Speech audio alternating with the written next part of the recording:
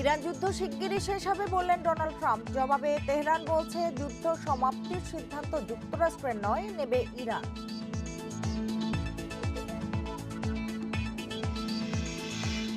Hormuz প্রণালী নিয়ে ট্রাম্পের হুমকির পর বিশ্ববাজারে কমল তেলের দাম। ব্যারেল প্রতি ব্রেন্ট ক্রুডের দাম 10% কমে প্রায় $89।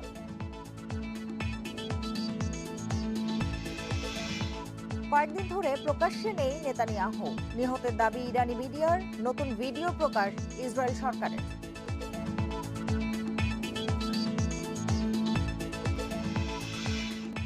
ইরানের তেহরানে যুক্তরাষ্ট্র ও ইসরায়েলের হামলায় নিহত 40, পাল্টা হামলায় ইসরায়েলে একদিনে আহত 191 জন।